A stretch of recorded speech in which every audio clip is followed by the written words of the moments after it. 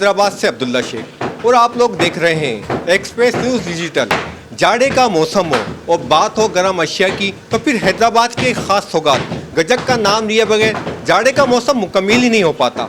इस वक्त मैं मौजूद हूँ एक गजक बनाने वाले कारखाने में। आज हम आपको बताते हैं कि इस गजक को किस तरह तैयार किया जाता है। आपको दिखाई दे रहा होगा कि आपके सामने एक बड़ी कढ़ाई के अंदर गुड़ की चाशनी तैयार की जा रही है और गजक की तैयारी में इस चाशनी का बहुत ज़्यादा अहम किरदार होता है। गजक दो अक़साम की तैयार की जाती हैं, जिसमें एक शक्कर से तैयार की जाती है और दूसरी गुड़ के ज़रिए। सबसे ज़्यादा जो पसंद की जाती है वो गुड़ की गजक को पसंद किया जाता है। गजक की तैयारी के लिए सबसे पहले जो है गुड़ की या शक्कर की चाशनी को तैयार किया जाता है और जब ये चाशनी तैयार हो जाती है तो इसके बाद एक मखसूस मशीन के अंदर काफ़ी देर तक फेंटा जाता है और जब पिटाई का अमल मुकम्मल हो जाता है तो इसके अंदर फिर जो है एक मखसूस सौगात जिसको हम तिल कहते हैं, जो कि सर्दियों के हवाले से नहायत गर्म अज्जा है, उसमें शामिल किया जाता है और उसमें तिल शामिल किए जाने के बाद मखसूस शक्ल दी जाती है जिसको आप पेड़ा भी कह सकते हैं। उसका फिर जो अगला मरहला होता है वो इसकी कुटाई का होता है। इस वक्त हमारे साथ इसके कारीगर मौजूद हैं तो हम उनसे मालूम करते हैं ये जो गजक है वो कितने मरहलों में तैयार होती है। बिस्मिल्लाहिर्रहमानिर्रहीम। मेरा नाम फैसल है। तकरीबन जो है इस प्रोसेस में 1 घंटा लग जाता है।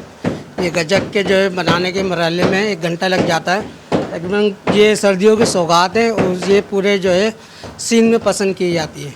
ये हमारे चारों सूबों में जाती है। इसमें क्या क्या चीज़ शामिल होती है? इसमें तकरीबन गुड़ वाली में जो है गुड़ डाला जाता है और शक्कर वाली में शक्कर होती है मिक्स।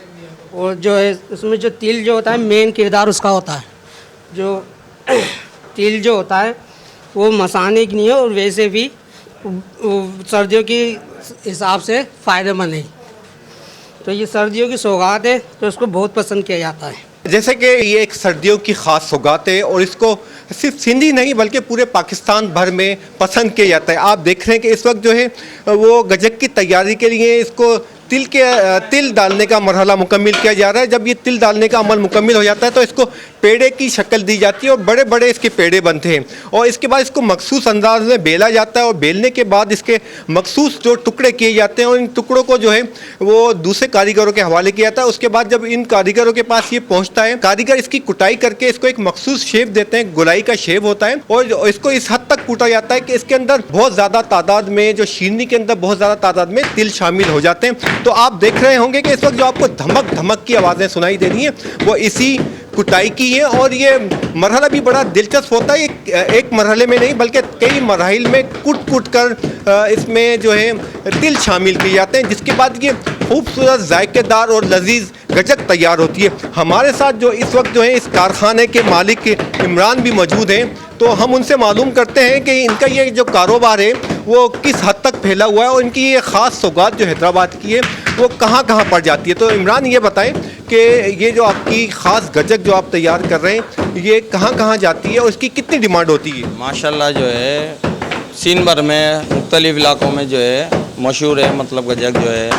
और बाहर ममालिक में भी मतलब जो है खाने वाले जो शौकीन है पाकिस्तान हज़रात वहाँ पे भी मंगवाते हैं अपने रिश्तेदारों से, माइटों से। और सर्दी की ज़्यादा चिल्लत में जो है मतलब जो है और ज़्यादा इसकी चलत हो जाती है, तो यही सौगात है इसकी जो है। देखिए इमरान ने जिस तरह बताया कि हैदराबाद की जो मखसूस गजक है और इंतहाई खुश जायका और लजीज गजक जो सिर्फ हैदराबाद ही नहीं बल्कि अंदरूनी सिंध में रहने वाले जो लोग हैं, अगर वो हैदराबाद का जाड़े के मौसम में रुख करते हैं तो वो लाजमी तौर पर ये गजक यहाँ से ख़रीद कर अपनी मेहमान नवाजी के लिए करते हैं। इसके साथ साथ जो है बैरून मुल्क से जो लोग आते हैं उनको भी इस ख़ास गजक की पहचान और शनाख्त है, तो वो भी हैदराबाद के मुख्तलिफ इलाकों और कारखानों में पहुँच कर इस गजक को ख़रीदते हैं और अपने साथ बैरून ममालिक ना सिर्फ ले जाते हैं बल्कि जो पाकिस्तान में उनके मुकीम रिश्तेदार हैं उनको भी ये गजक ज़ौक़ व शौक़ के साथ बतौर तोहफ़ा पेश करते हैं।